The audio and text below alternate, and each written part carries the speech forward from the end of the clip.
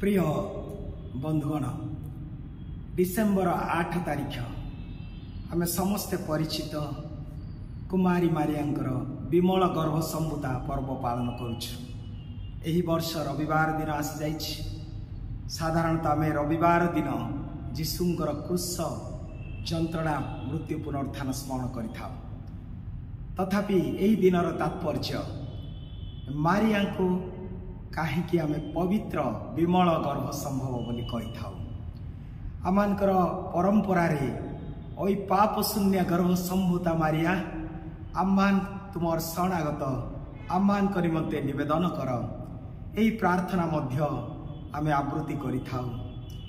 तेबे एही जो मारिया को विमल गर्भ संभव संभूता कहिबार अर्थ कौन जे मारिया जन्मरु ही तांकर माता अन्नांको गर्भरु प्रभु तांको पवित्र करथिले।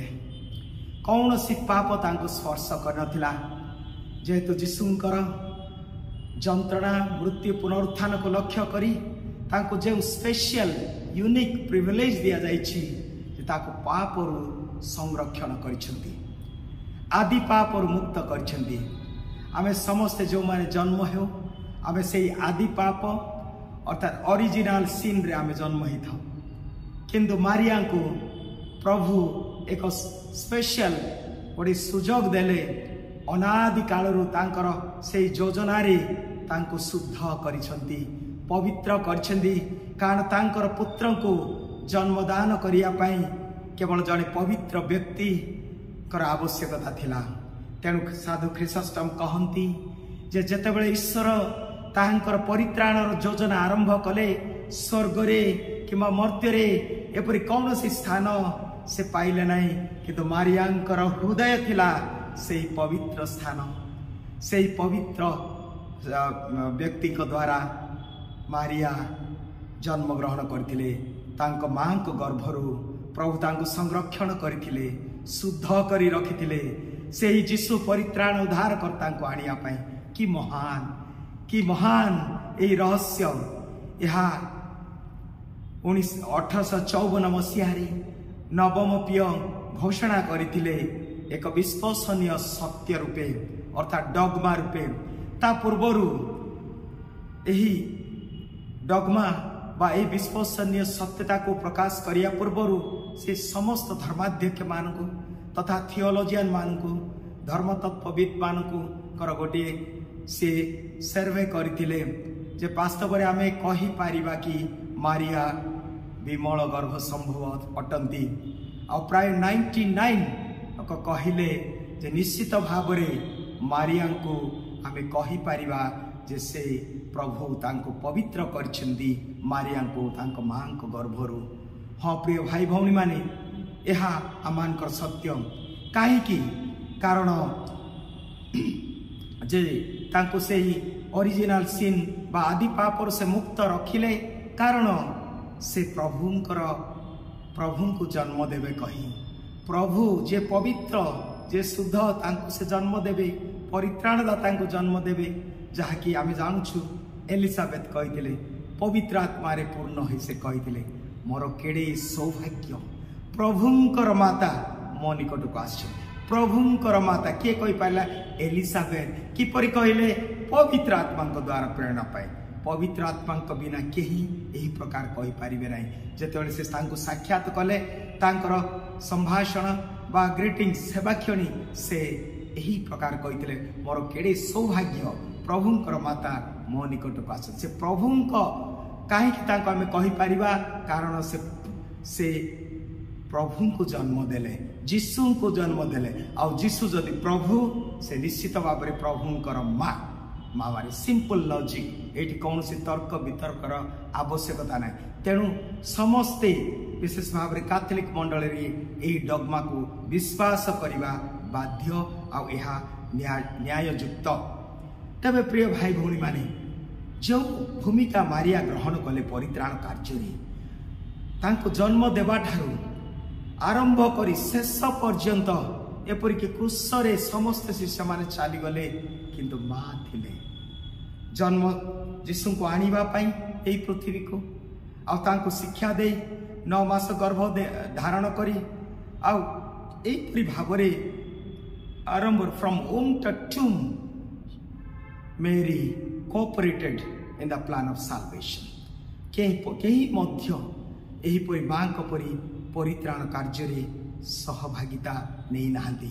तेणु प्रभु तांको मां को गर्भरु मारिया को पवित्र कले।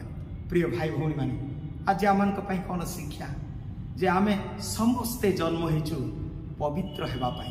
साधु पाउल कहंती प्रथम थेसलोनिया 4:3 रे से कहंती ईश्वरकर इच्छा कौन? ईश्वरकर इच्छा जे तुमे पवित्र हो। तुमे पवित्र हेबा आम समस्तंकर डाकरा आम समस्तंकर आह्वान पवित्र हेबा। पुणी पितर प्रथम पितर 1:15 रे मध्य कहा जाए सेठी से लिखंती जे तुमर त्राणकर्ता तुमर प्रेरणकर्ता जेपरि पवित्र तुमे समस्ते पवित्र हो। पवित्र हेबा पाई आमानकर आह्वान। एबे पुस्तक 12:14 मध्य लिखा अछि जे पवित्रता बिना केही हेले ईश्वर को दर्शन करि पारिबे नाही। किए ईश्वर को दर्शन करिवे? किए ईश्वर को दर्शन करि पारिबे नाही? एब्रिय मंडली रे 12:14 रे स्पष्ट भाव रे लिखा जाए जे पवित्रता बिना केही हेले ईश्वर को दर्शन करि पारिबे नाही। आमने आज से पवित्रतार आदर्श होचंती मारिया। मारिया होचंती पवित्रतार आदर्श। आउ तांको अनुकरण करिबा, तांकर जीवनी को अनुकरण करिबा, कारण से पवित्र थिले। पुणी वाक्य मध्य लिखा अछि माथ्यू 5:8 माथ्यू 5:8 लिखा जाए जे धन्य सेही पवित्र गण कारण से माने ईश्वरंकर दर्शन लाभ करिवे। आपण कौन ईश्वर को दर्शन करने चाहती? आपण कौन ईश्वर को देखिया चाहती? पवित्र हो। पवित्र हेबा अर्थात मां मारिया परी शुद्ध पवित्र हेबा आवश्यक। दिन जड़े शिल्पी नवम प्रिय को आसी यहीपरी डिसेम्बर 8 तारिख रे गोटे मारियांकर छविटी गोटे मूर्तिटी को से उपहार रूपे प्रदान कले। आउ पुणे पिता नवम प्रिय से मूर्तिटी को निरीक्षण कले।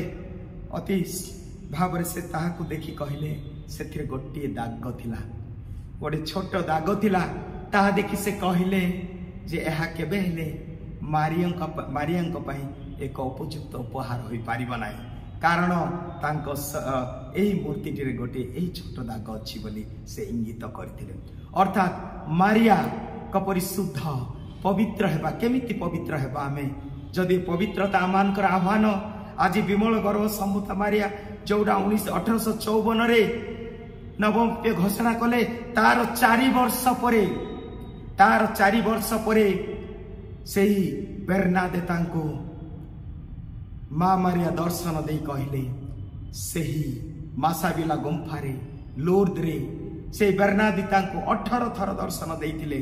किंतु शेष दिन रे से प्रकाश कले जे कारण से जानिया पाई चाहिए किए से स्वर्गीय नारी, किए से भद्र महिला अति सुंदरी।